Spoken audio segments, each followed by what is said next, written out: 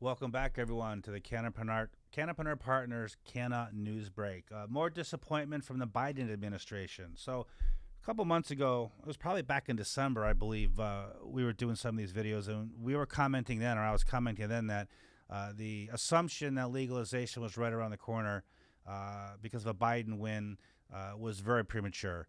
People got very excited in January when the Georgia Senate flipped from Republican to Democrat. They assumed at that point in time legalization was in the bag. It was just a matter of time, maybe a month, maybe 2 months. They'd have a bill on Biden's desk and Biden would sign it. I said at the time that people were making a lot of assumptions on Biden's stance on cannabis. His son has well-known substance problems, and who knows what Biden blames? Is he of the it was cannabis the gateway drug that started my son down this path, or has he looked at the evidence and looked at the data and come to the conclusion that no, cannabis is not a gateway drug for harder drugs? It's clear at this point he hasn't looked at the data.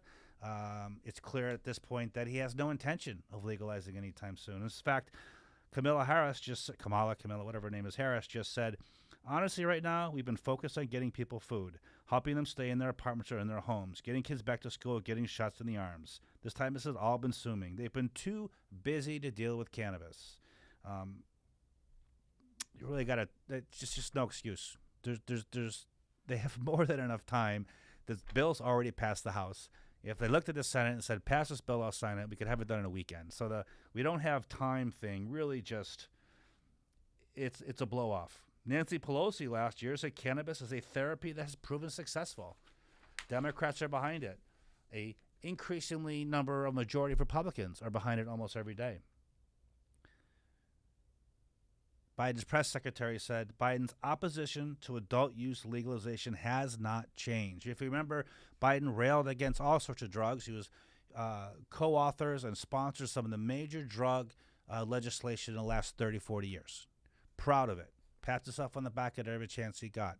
He, of course, softened that stance in the election, like all politicians do to try and get elected. They run to their base. But he never really came out and said he approved it.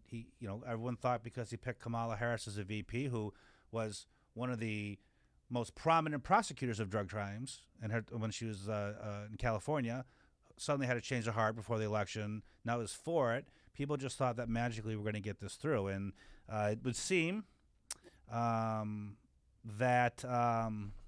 that was all a smokescreen, and the administration really doesn't have a lot of desire or doesn't really feel like they want to get it done. And it seems that Bloomberg reports that Harris may have even adopted the president's views on cannabis. While she sponsored a comprehensive legalization bill during her time in the Senate, she went silent on the issue since joining Biden's ticket and more pivoted to discussing his plans to decriminalize rather than legalize when campaigning. And I've said it before, and I say it again. I think Biden will sign a bill that decriminalizes the plant on a federal level. They'll expunge records. They'll let nonviolent offenders out. But I think if anyone thinks that the drug is going to become legalist on the federal level this year, I really think you're being wildly optimistic. Lots of campaign promises get made. They seldom get followed through upon unless it has to do with taxes. Most of the campaign promises is typically a coin flip. And this one appears to be a coin flip that everyone was betting on heads and looks like it's going to come up tails. So hopefully Biden changes. Hopefully someone in that administration can talk some sense into him, can show him the data, can show him why he's wrong, why his stance is in error.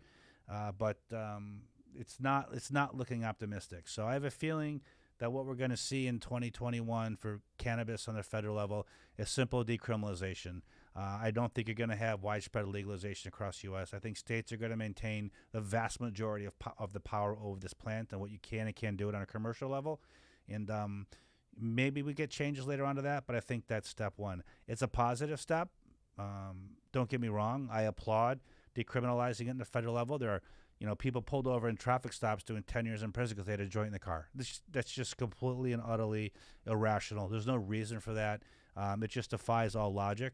So maybe we can get that done, but I think it seems pretty clear now that the promises made on the campaign, or not the promises made on the campaign, the what's the better word? The insinuation of action during the campaign was a false one. It's not going to happen, and if it does, it'll be very, very watered down. So Progress, yeah, but not where we need to be.